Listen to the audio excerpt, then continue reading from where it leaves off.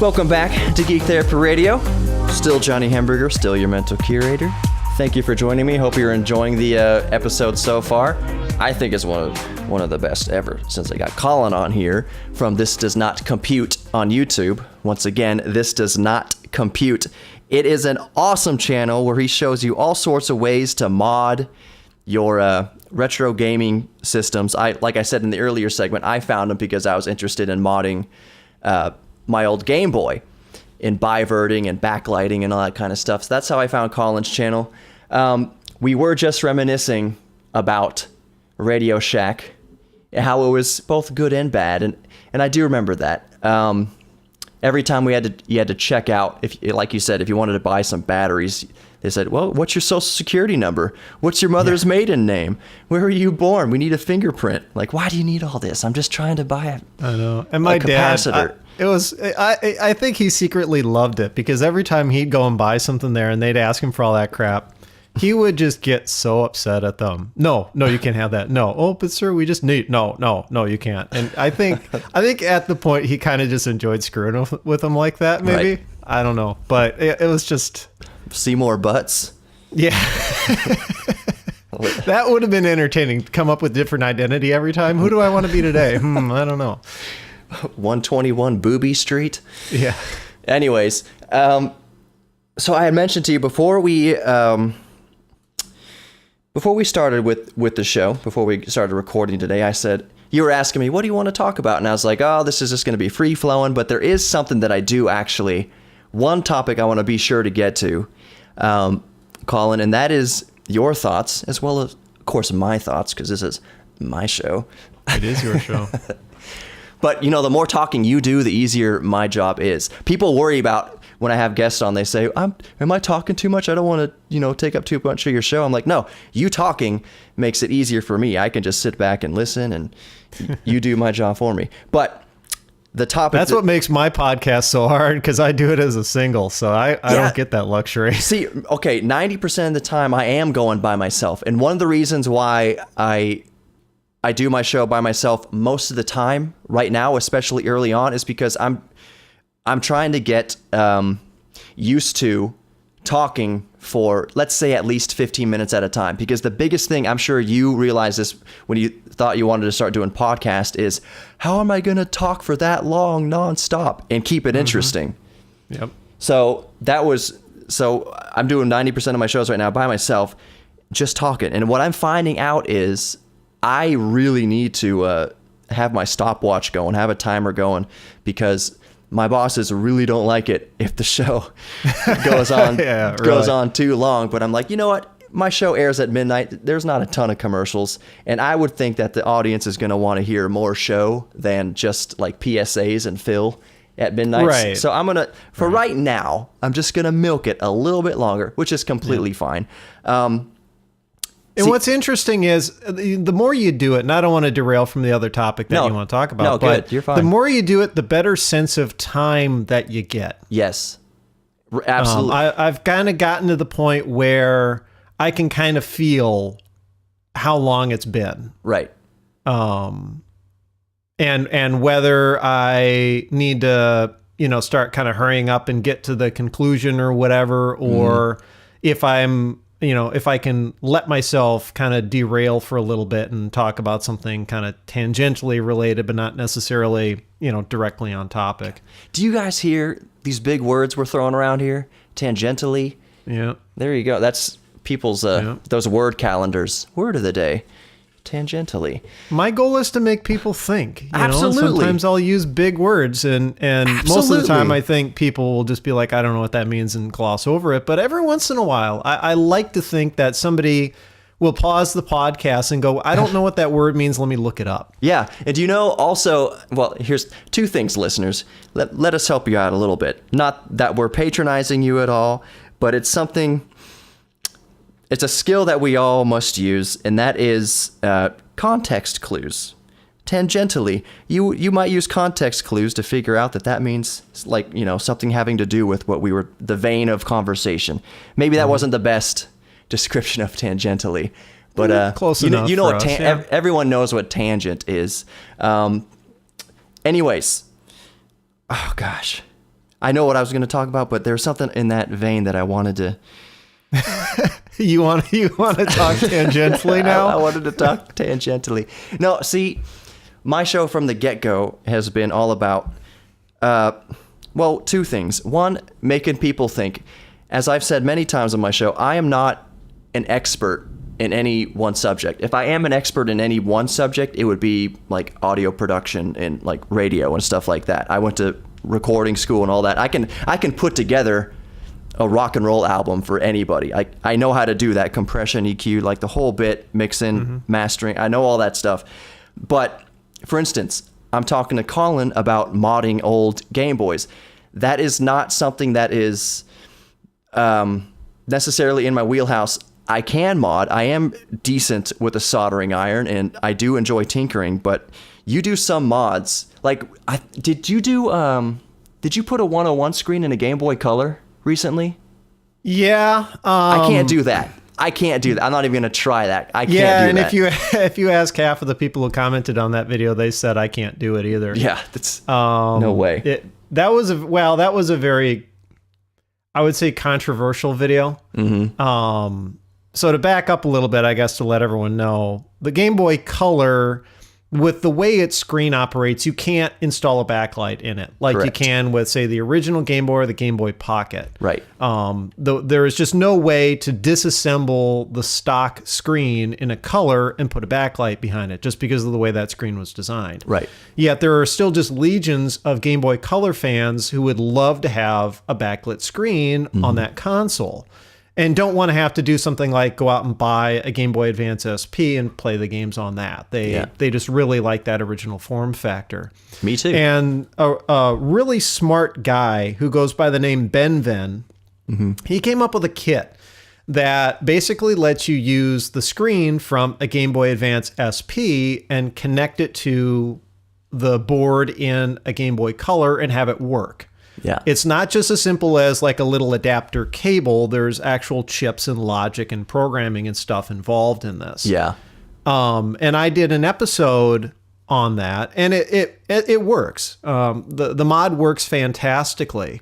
The challenge that I face with all of my videos, but especially that one, is how do I present it? How do I show it in such a way that it inspires confidence in people to make them believe that they actually can do it or that they should try? You know, instead of just looking at it going, oh, I could never do that, and giving up. Right. You know, I want people to do these mods. I never try to come up with these episodes as being like a, hey, look at what I did kind of an angle. I don't really want to show off. And in most of those episodes, I never even appear on screen myself. True. It's all about trying to get, you know, people to want to do that on their own. And I will. And that episode, I went at it from the angle of, what would you face if you were to do this on your own and maybe you don't have a ton of modding experience? Because that's another thing that I've learned, at least from all the comments on my videos, is the majority of people, they just don't have a ton of experience doing this kind of stuff. Right. So I went at that mod from the perspective of, okay, maybe I've got some experience, but not a ton. What are the challenges that, you know, someone in that scenario would face? Right. And so there were a couple of things that I intentionally didn't do. One of them was a whole bunch of really delicate modification to the housing of the console to literally get everything to fit. Yeah. And that's something that I pointed out in the episode as, look, this is going to be a challenge for people, and it's a bummer about the kit. I don't necessarily blame, you know, this one guy's work for it. Right. I ended the episode saying this is the best way to play games on a Game Boy Color. But I intentionally didn't, you know, like go into super mod or expert mode to come up with the best Game Boy Color that I could. I stopped at the point of, this is what 99 or 95 or whatever % of you know, are going to reach to the point and then realize that this is kind of exceeding your skills. Right. And I just got roasted over the coals for that episode. I'm at the point where I'm not even willing to go look at certain subreddits anymore because they murdered me so bad. And even to the point where I'll upload a new episode that's even something related to Game Boys, and someone will post that over in one of the subreddits. Right. And even though some people will be like, hey, this was a great video, this is a cool mod or whatever, inevitably the conversation about that backlit Game Boy Color video will come up and it'll just derail into this, oh, he's a sellout, he doesn't know what he's doing, blah, blah, blah, whatever kind of conversation. Why? Just because people took that one video out of context. Of course. It's really frustrating, and it's one of the challenges really to being a YouTuber is, you know, everyone's always talking about how just the comments on YouTube are just crap. And I did a whole show. I didn't do a show. I did a YouTube video about, not to derail you too much, but I did one on, you're derailing me. I thought I was derailing you. No, see, it's okay. I'm just going to say, are we talking about the thing you always wanted me to talk about? No, we'll probably say that for the next segment, if that's all right, if you want to stick around for another one. I just want to make sure that we're not like completely going off the tracks here. It's not. This is all really valuable insight. And so YouTube comments being a cesspool sometimes of misinformation and just derailing the idea of the video. For instance, I don't know, do you subscribe to Linus Tech Tips at all? I don't subscribe, but I watch them periodically. Okay. And I've got kind of mixed opinions. Right, as many people do. So they did a video recently of it was basically for 4K gaming. If you want to do 4K gaming, is your money better spent trying to build a PC that can do 4K gaming, or just going out and buying the Xbox One X that can game at 4K?